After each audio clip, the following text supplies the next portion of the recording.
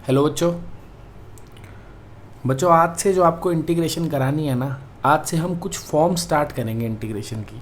Forms का मतलब कुछ एक पर्टिकुलर तरीके के क्वेश्चन होंगे, आज भी आएंगे, आगे भी फॉर्म्स आएंगी कि आपको देख के ना आइडेंटिफाई करना पड़ेगा, हाँ यार ये वो वाला क्वेश्चन है, तो इस तरीके के क्वेश्चन को उस मेथड से करना है जो बताया गया था। समझ रहे हो? सबको सबसे पहले आपको एक शक्ल ध्यान में रखनी पड़ेगी क्वेश्चन की कि इस शक्ल में अगर कोई क्वेश्चन आ रहा है तो उसको वैसे ही करना है जैसे सर ने बताया था। ठीक है? तो जितनी भी फॉर्म्स आएंगी भाई उनके अच्छे से नोट्स बना लेना, रिवीजन के टाइम पे काम आएगा। याद नहीं रहता सब कुछ, आपको नोट्स बनाने हैं हर एक फॉर्म के कि ऐसी शक्ल का क्वेश्चन हो तो कैसे करना है। कोई फार्मूला नहीं बताऊंगा, बस ये बताऊंगा इस शक्ल का क्वेश्चन है तो क्या करना है जिससे वो सॉल्व हो जाए। ठीक है? जैसे देखो आज एक फॉर्म देखो पहले, जैसे अब ये वाला क्वेश्चन है, कह रहा है कभी इस प्रकार का क्वेश्चन आपको मिले जब साइन और कॉस मल्टीप्लाई हो रहे हो और साइन की भी कुछ पावर हो, कॉस की भी कुछ पावर हो। इसका एक छोटा सा वर्जन मैं आपको पहले भी दिखा चुका हूँ, जब साइन और कॉस दोनों की पावर 2 थी, दोनों की पावर 3 थी, दोनों की पावर 4 थी। ये मैंने आपको ऐसे क्वेश्चन कराए हैं। अब मैं कह रहा हूँ कि पावर उससे ज़्यादा भी हो सकती है, कितनी भी ज़्यादा हो सकती है पावर, ठीक है, और दोनों की पावर अलग भी हो सकती है। तो ऐसे में हम क्या करेंगे, मतलब कितनी भी पावर हो तो ऐसे क्वेश्चंस को कैसे करना है। ठीक है? फिलहाल के लिए भी 2 ही केस बताऊंगा, वही आएंगे, धीरे धीरे जैसे चीज़ें आएंगी बताऊंगा। अभी क्या है, जब भी आपको साइन और कॉस की कुछ कुछ पावर दिखे तो इसमें 2 केस दिखेंगे आपको। पहला केस, केस 1 क्या दिखेगा, when both m and n are odd natural numbers, odd natural numbers. ठीक है? पहला केस क्या लिया हमने कि ये जो अपना m और n है, ये जो दोनों पावर्स हैं, ये दोनों ही ऑड नंबर्स हैं, दोनों ही ऑड नंबर्स हैं। तो उस केस में आप क्वेश्चन को कैसे सॉल्व करोगे, उस केस में क्वेश्चन को सॉल्व कैसे किया जाएगा, उस केस में हमने क्या करना है, ये बात छोटी सी ध्यान में रखना, छोटी सी बात है और छोटी से ही शुरू होगी। क्या कि भैया छोटी वाली पावर जो है आपकी, छोटी वाली पावर को ब्रेक करना है, को ब्रेक करना है। ये बात याद रह जाएगी भाई छोटी सी, कि जब साइन और कॉस मल्टीप्लाई हो रहे हो और दोनों की पावर ऑड हो तो आपने छोटी वाली पावर को ब्रेक करना है। ठीक है? कैसे ब्रेक करना है वो क्वेश्चन करूँगा, अभी बताऊँगा। फिलहाल बस इतना याद रखना है कि जब दोनों पावर ऑड हो तो छोटी वाली को ब्रेक करना है। हो बड़ी वाली को ब्रेक करके भी जाता है पर लंबा हो जाएगा क्वेश्चन, फ़ायदा कुछ नहीं है। वही चीज़ें तो आपको सिखानी है कि भैया अगर दोनों की पावर ऑड हो तो क्या करना है, जो छोटी वाली पावर है उसको ब्रेक करना है। ये याद रखना। कैसे करेंगे, जब करेंगे अभी दिखाऊँगा। ठीक है? तो ये तो पहला केस हो गया। अब दूसरा केस, दूसरा केस क्या है कि एक ऑड हो, मान लो m आपका ऑड है एंड n इवन है, n इवन है। या ये भी हो सकता है कि m इवन हो एंड n ऑड हो। कहने का मतलब है एक ऑड है एक इवन है। समझ गए कि ये जो 2 पावर्स हैं आपकी m और n, इसमें से एक पावर इवन होगी, दूसरी ऑड होगी। अब कोई भी ऑड हो सकती है, कोई भी इवन हो सकती है, दोनों में से। क्या पता साइन की पावर ऑड हो, कॉस की पावर इवन हो, या साइन की पावर इवन हो, कॉस की पावर ऑड हो, कुछ भी हो सकता है। तो जब एक पावर ऑड होगी और एक पावर इवन होगी, ऐसे में आपने क्या करना है, ऐसे में क्या करना है, ऐसे में आपने ऑड वाली पावर को ब्रेक करना है, ऑड वाली पावर को ब्रेक करना है।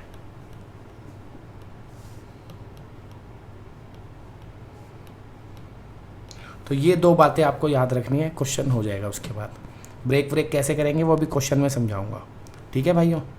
कि यदि दोनों पावर ऑड हैं तो छोटी वाली को ब्रेक करो, एक ऑड एक इवन है, एक ऑड है एक इवन है, तो ऑड वाली को ब्रेक करो। ठीक है?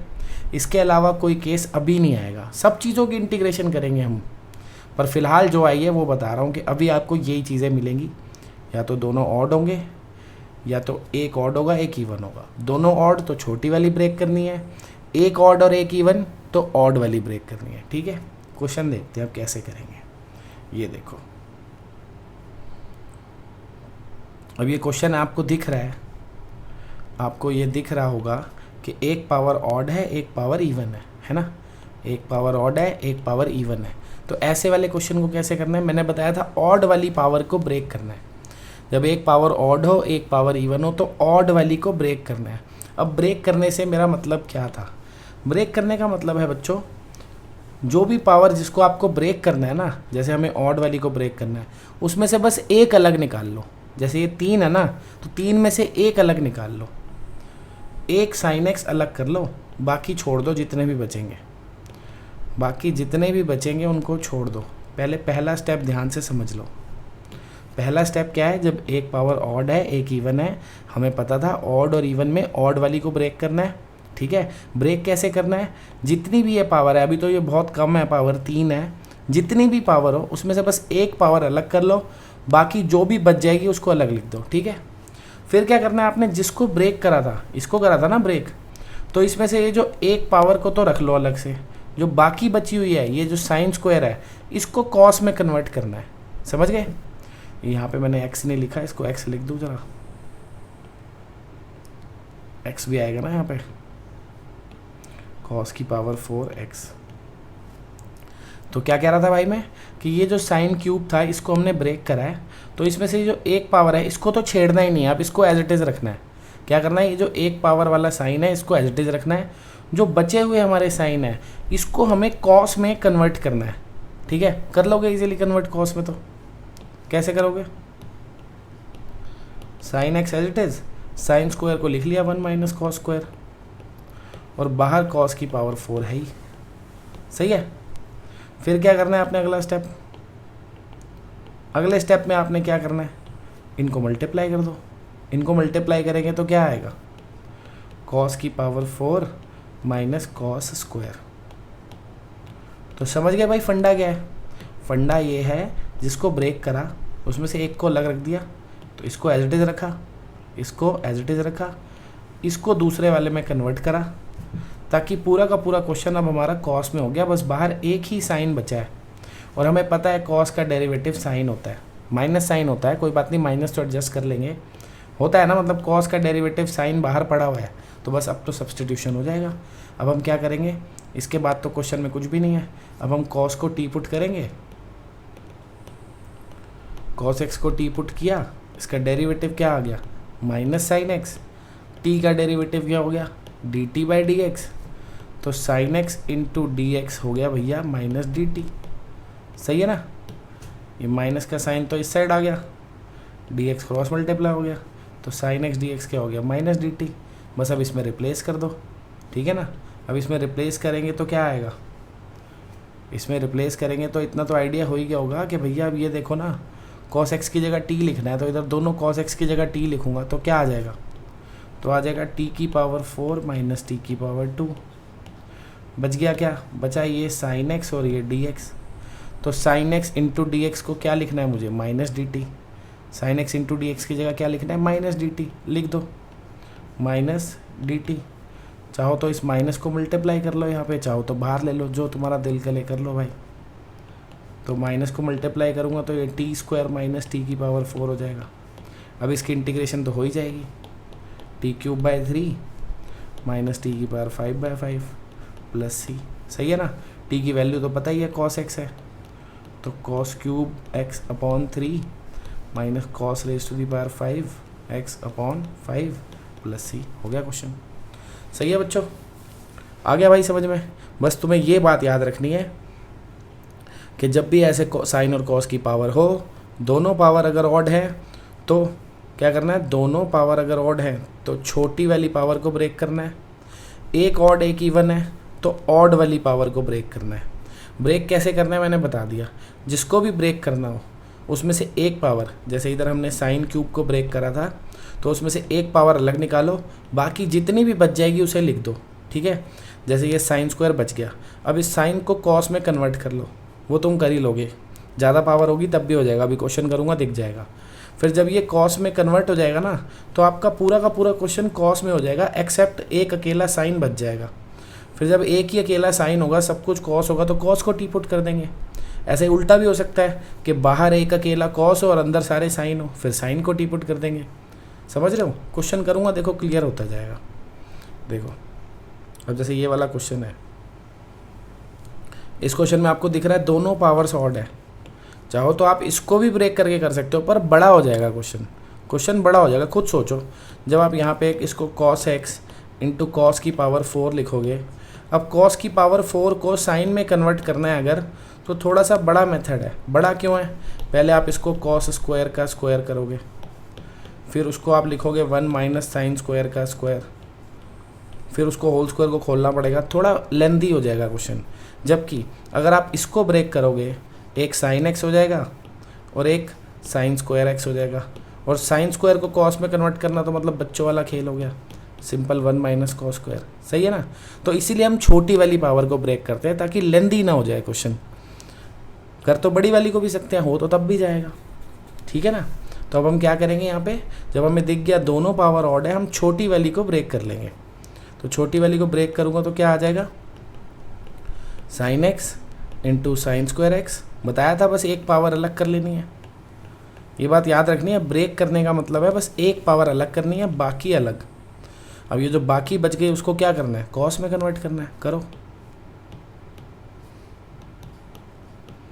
तो साइन एक्स, इसको लिख दिया, बिल्कुल सेम क्वेश्चन हो गया पिछले वाले जैसा। नहीं हो गया? बिल्कुल सेम डिट्टो ही तो है, बस पावर ही तो अलग है इस बारी। इसको अंदर मल्टीप्लाई कर दिया, कॉस की power 5x minus cos square x. देखो बिल्कुल सेम क्वेश्चन है। इसको देख लो, यहाँ पे पावर 5 और 2 है, इधर आ जाओ, इसको देख लो, यहाँ पे 4 और 2 है, सेम क्वेश्चन है। यहाँ से बिल्कुल इसको देख लो आप और इसको देख लो, सेम है। तो आप खुद ही कर सकते हो। क्या करना है, यहाँ से कॉस एक्स को टी पुट करना है, अपने आप क्वेश्चन हो जाएगा। ठीक है भाइयों, चले फिर आगे चलते हैं। अब ये देखो, इधर क्या है, इधर क्या दिख रहा है, इधर हमें दिख रहा है भाई कि एक पावर इवन है, एक पावर ऑड है। एक इवन है, एक ऑड है। जब एक इवन और एक ऑड होती है, हमेशा ऑड वाली को ब्रेक करते हैं, इवन वाली को ब्रेक नहीं करना है। किसको करना है? ऑड वाली को ब्रेक करना है। चाहे वो कितनी ही बड़ी पावर क्यों ना हो, हमें ऑड वाली को ही ब्रेक करना पड़ेगा। दोनों ऑड तो छोटी वाली, एक इवन एक ऑड तो ऑड वाली को ब्रेक करेंगे। ठीक है ना? कैसे करना है वो तो सेम ही है, इसको तो छेड़ना नहीं है साइन स्क्वायर को, इसको ऐसे ही रखो। कॉस की पावर 4 में क्या करो, 5 में 4 पावर अलग कर लो, एक पावर अलग निकाल लो। ठीक है ना? ब्रेक करते टाइम आपको हमेशा बस एक पावर अलग निकालनी है, जिसको आपको छेड़ना नहीं है एंड तक। अब इसको आपको एंड तक छेड़ना नहीं है, इसको ऐसे ही रखना है। ये जो बचा हुआ कॉस की पावर 4 है, अब हमें इसको साइन में कन्वर्ट करना पड़ेगा। कर लो, कैसे करेंगे, इसको लिख सकते हैं साइन स्क्वायर, ऐसे नहीं लिखो, एक डायरेक्ट लिखूंगा तो दिक्कत हो जाएगी बच्चों को। एक काम करते हैं, इसको ऐसे लिखते हैं, कॉस स्क्वायर एक्स का स्क्वायर लिख सकते हैं ना भाई। कॉस स्क्वायर एक्स का स्क्वायर पावर 4 है, तो ये भी तो पावर 4 है। अब क्या करेंगे, sine square x, cos square x को लिख दिया 1 माइनस कॉस क्यों लिख दिया, कॉस स्क्वायर एक्स को क्या लिखते हैं बच्चों, कॉस स्क्वायर एक्स को लिखते हैं 1 माइनस साइन स्क्वायर एक्स। सही है ना? कॉस स्क्वायर एक्स को लिख दिया 1 माइनस साइन स्क्वायर एक्स। अब आपको दिख रहा होगा कि ये भी साइन है, ये भी साइन है, साइन ही साइन है, पूरे क्वेश्चन में साइन ही साइन है एक्सेप्ट दिस कॉस। तो अब हम चाहे तो साइन को टी पुट कर सकते हैं, हमारा क्वेश्चन हो जाएगा। चाहे आप पहले ये होल स्क्वायर खोल लो, इसको अंदर मल्टीप्लाई कर लो, फिर साइन को टी पुट कर लो, या अभी साइन को टी पुट कर लो, बात एक ही पढ़नी है।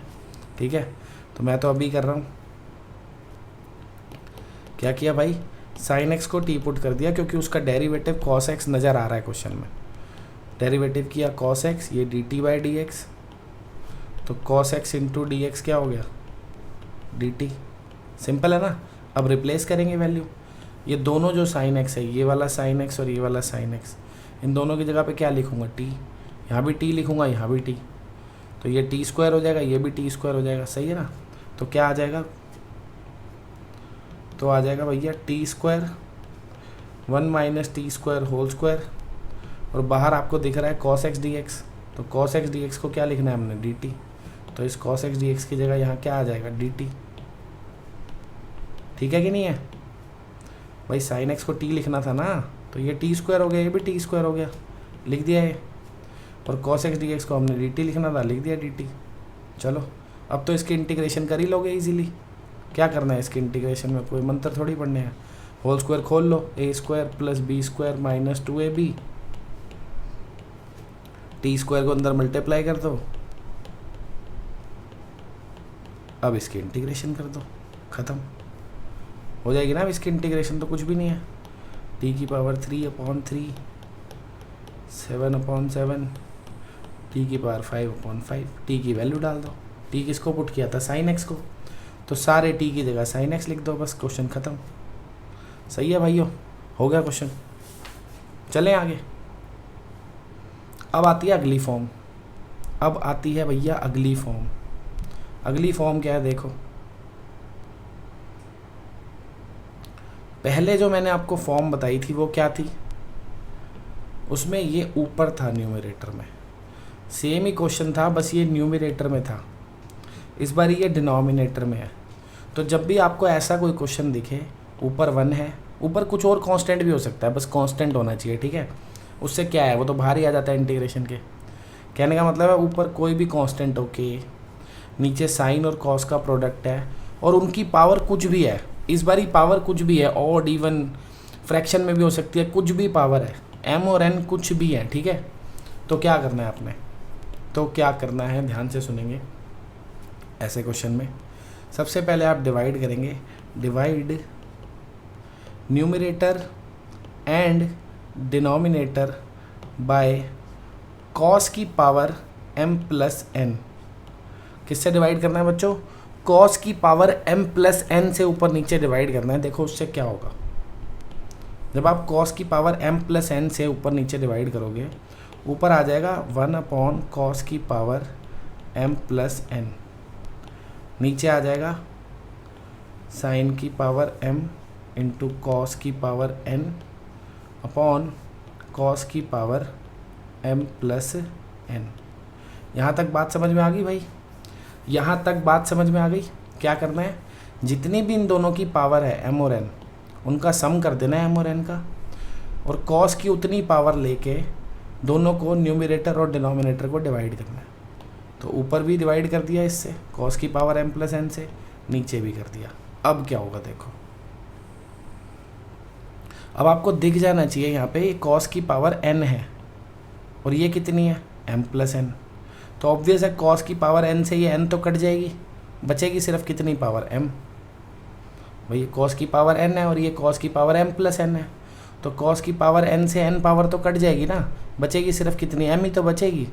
और यहाँ पे साइन की पावर कितनी है m, तो साइन की पावर m अपॉन कॉस की पावर m लूँगा अगर, तो वो tan नहीं हो जाएगा, है ना, tan की पावर m हो जाएगी हमेशा।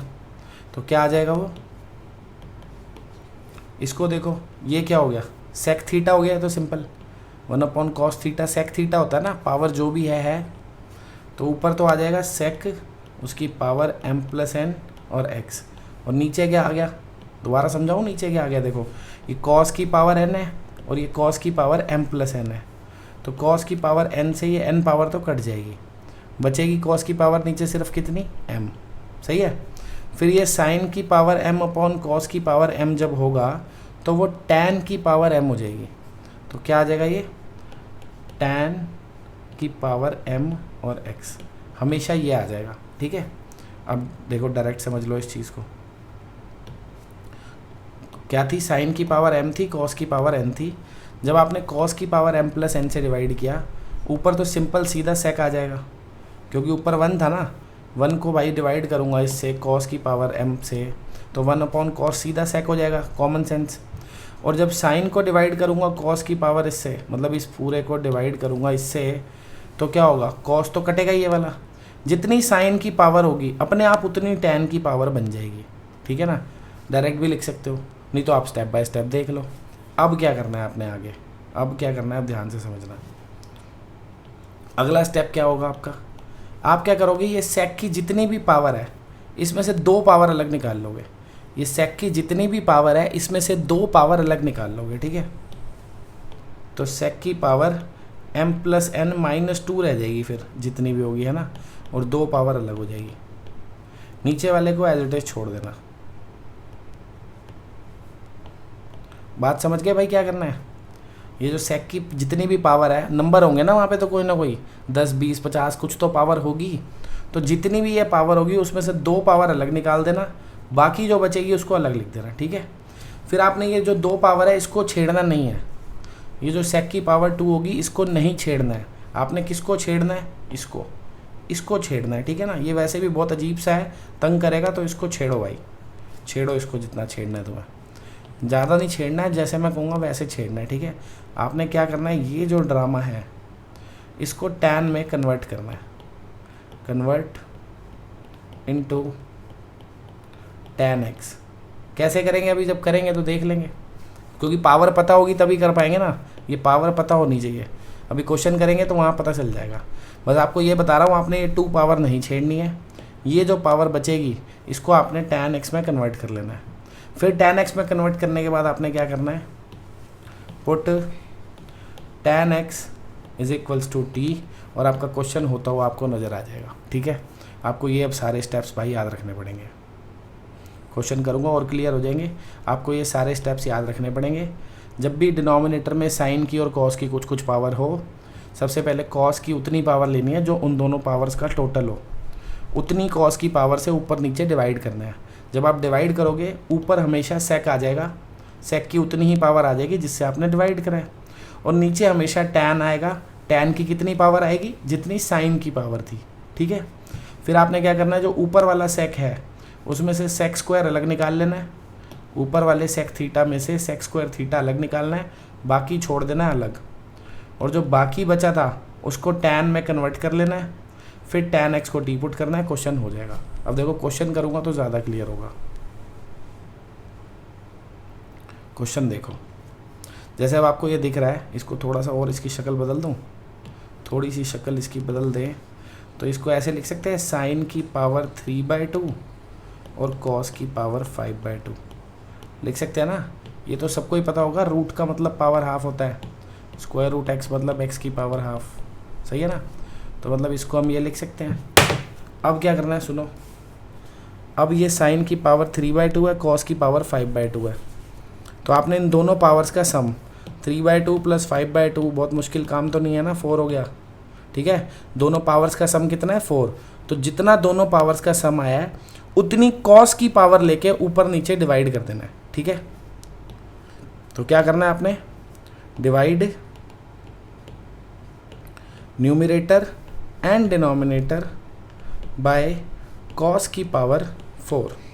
तो जब आप कॉस की पावर 4 से डिवाइड करोगे ऊपर नीचे, तो ऊपर आ जाएगा 1/cos की पावर 4, और नीचे आ जाएगा ये साइन की पावर 3/2, कॉस की पावर 5/2, और डिनोमिनेटर में कॉस की पावर 4, ठीक है।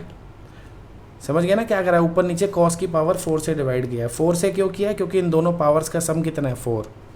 अब क्या होगा, अब भैया ऊपर आ जाएगा सेक की पावर 4, और नीचे आ जाएगी tan की पावर 3/2।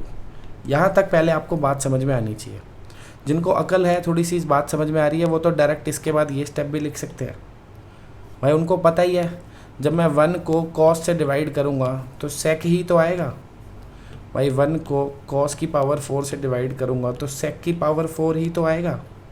और जब मैं इसको cos की पावर 4 से डिवाइड करूँगा तो भैया 5/2 से 4 की पावर कटेगी तो 3/2 बचेगी, सही है ना।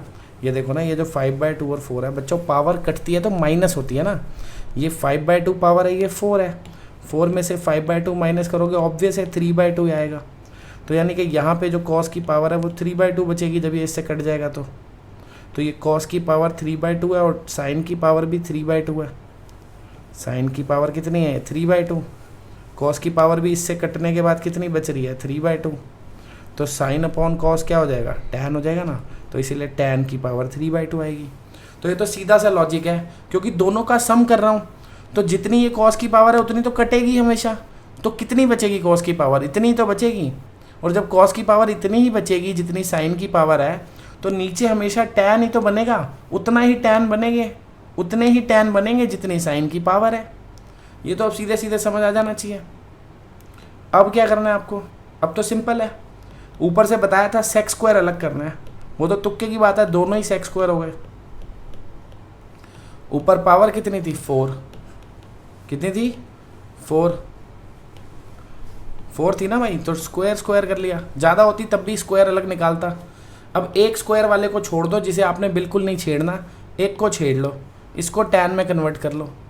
तो सेक स्क्वायर को टैन में कन्वर्ट करना आता तो है ही, 1 + tan स्क्वायर, सही है। और ये सेक स्क्वायर एक एज इट इज़ लिख दिया, और नीचे टैन की पावर 3/2। अब क्वेश्चन क्या है, अब तो बहुत सिंपल है क्वेश्चन, जगह ही नहीं बची मेरे पास।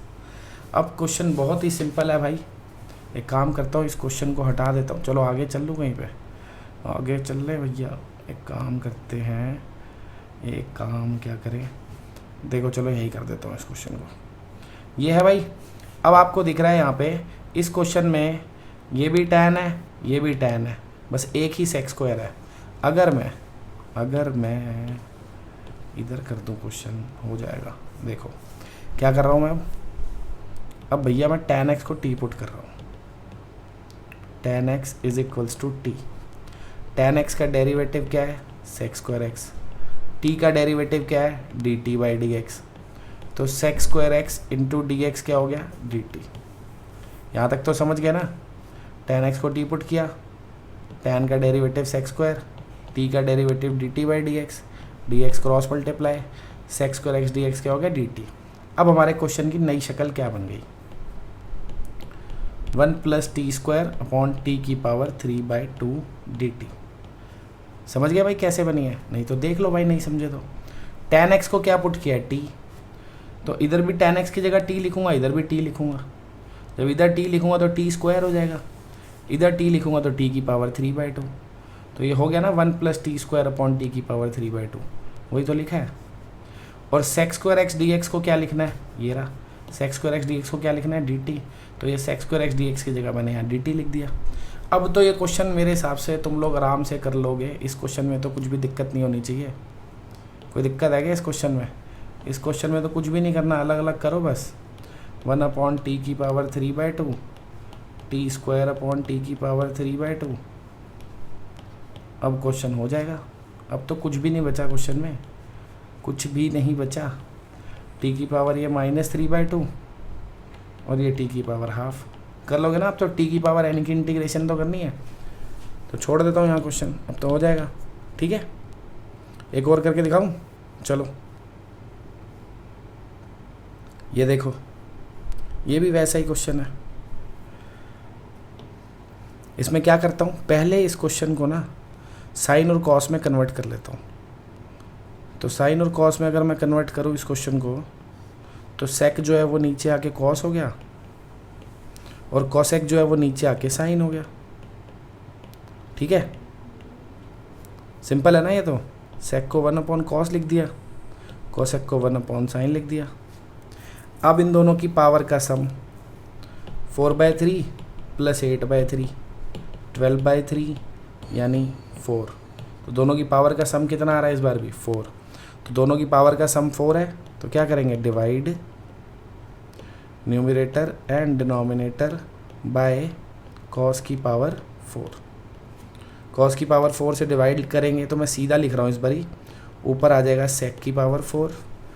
ठीक है ना, समझ लो इस बात को।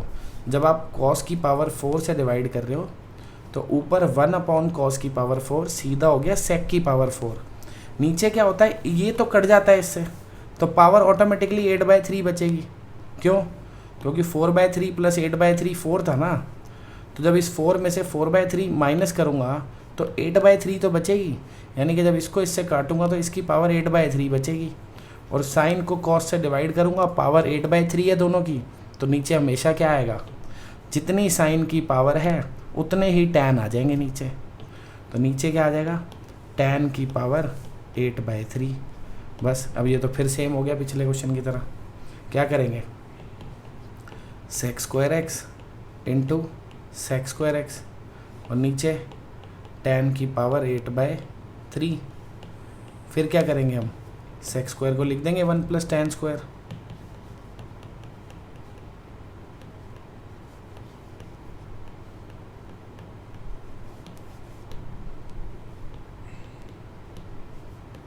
और क्या करेंगे उसके बाद भाई, उसके बाद क्या करेंगे, tan x को टी पुट करेंगे, क्वेश्चन ख़त्म।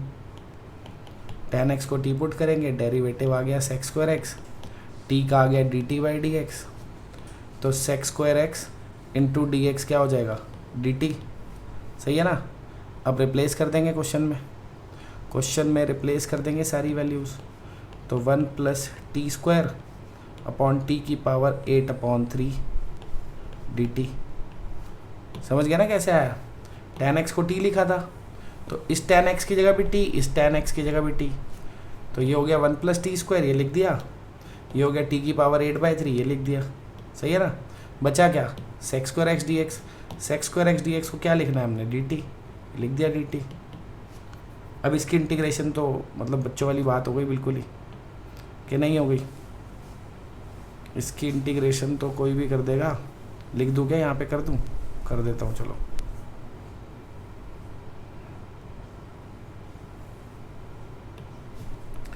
क्वेश्चन आया अपना 1 + t² अपॉन टी की पावर 8/3। अब हमें इसकी इंटीग्रेशन करनी है। इसकी इंटीग्रेशन करने में क्या दिक्कत है, तो बहुत ही सिंपल है, अलग अलग कर दो। टी की पावर 2 अपॉन टी की पावर 8/3। सही है ना। फिर क्या होगा, ये टी की पावर -8/3 और ये 2 में से 8/3 माइनस करेंगे तो कितना आ जाएगा, -2/3। अब इंटीग्रेशन कर दो, हो जाएगी ना इंटीग्रेशन, n+1 सिंपल। तो टी की पावर -5/3 अपॉन -5/3, ये टी की पावर 1/3 अपॉन 1/3। टी की जगह क्या लिखना है, tan x को ही तो टी पुट किया था, बस हो गया क्वेश्चन। ठीक है भाइयों, तो ये थी आज की 2 फॉर्म्स। अब आते हैं होमवर्क की ओर। होमवर्क क्या है भाई, जितने भी क्वेश्चन आज क्लास में करवाए हैं वो तो करने ही है एज़ यूजुअल। जितने क्वेश्चन कराता हूँ वो तो हमेशा करने हैं, प्लस ये 3 क्वेश्चन आपको और करने हैं साथ में, और प्लस RD शर्मा का भी ये होमवर्क करना है। एक्सरसाइज 19.12, ये आपको पता ही है, नई RD है तो 18.12। ठीक है ना। तो ये आपका होमवर्क है भाइयों। मिलते हैं नेक्स्ट वीडियो में नए टाइप के क्वेश्चंस के साथ।